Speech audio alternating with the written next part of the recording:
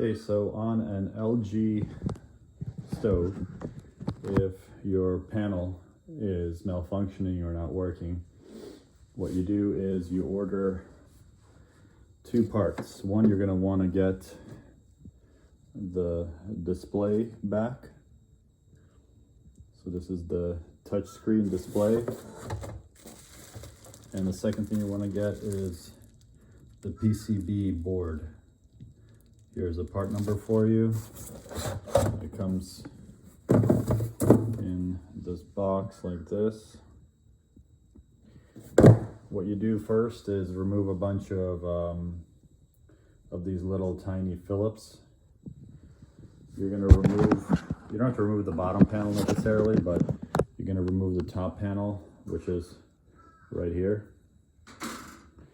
So that just slides out, and then what you're going to want to do is there's all these different connection points, right? So what I do to not mess it up, you can either take a photo, disconnect everything, and reconnect everything going by the photo, but I don't like doing that because in this situation there's a lot of wires which are the same color and connectors.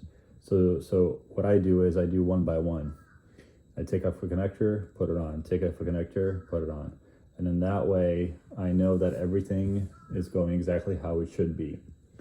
Next, what you're going to want to do is remove a couple more Phillips. So there's one there, there's one right there, one right there holding the actual display back, one right there. This right here, you're going to reconnect to the new display board. So you got that one, and then you got one on this side right here. That one's right there. So you can't reach it until you remove this board. There's just one, looks like, yeah, one Phillips holding this board in. Remove the board, and then you'll be able to get access to remove that panel out. And then on the other side, under here, there's going to be 3 Phillips holding the bottom part of it, 1, 2, and then there should be a third one right here. And then once you do that, it'll come out the back. So this entire panel display comes out. You'll put the new display in, and the PCB board goes on there as well.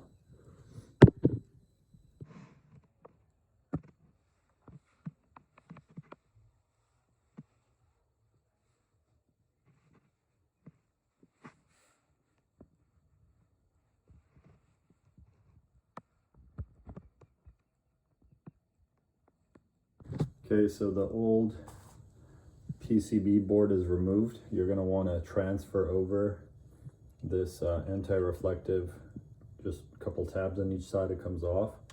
You're going to want to transfer that over to the new piece right here. It just clips in. As you can see, now we have access to 3 of these Phillips, and then the other ones are from the bottom. There's one there, one in the middle, and one there. This connector right here is already removed. It comes out right here, and that connector is right there. Don't mix them up. The left goes on the left, the right goes on the right.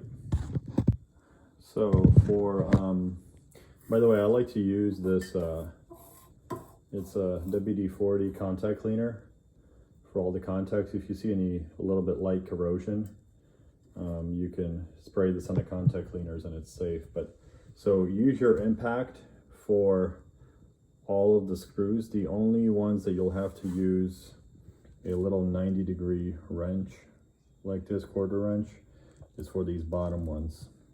There's 1, 2, 3, and then one tab. So you just lift up after you remove these 3 Phillips. One thing I forgot was there's going to be 1 more Phillips here, and then 1 more Phillips on the other side, and then this will just simply pop up, and then your display will come come out that way. Then on here, this little bracket you have to transfer over. So you just simply clip it off and clip it on to the new one, which is over there. And then the replacement is obviously self-explanatory to reattach this new one. When you put the board inside, you see these little clips. So first put the board on the bottom part, like clip it in, and then press carefully on each clip, and it will pop itself in. Other thing you're gonna have to do is there's this little chip that you'll have to remove from this position here, and all that it is it reads your smart diagnosis and tag on. So this is like for your phone if you want to connect a Bluetooth device. So just put this back in here, and then this right here connects to this connector here. All right, so a new board is installed. You're gonna wanna go through each one of these connectors, make sure they're properly seated all the way. You don't wanna take the back panel off again if you don't have to. And then make sure that they're all in place, none of them came out. There's that connector there. It gets attached. And one Phillips there, one Phillips here. Then put the panel back on, and then put the rest of the screws back in place. Here, I'll give you a better angle of the 3 Phillips. So there's 1, 2, 3 holding this bracket to the top frame, and it holds this whole assembly in place flush up against the stainless in the front. Also, one thing is on these, the little flathead ones go on the top ones. See how these are concave? The flat Phillips go on the top, because then that top shield has to go over all of this.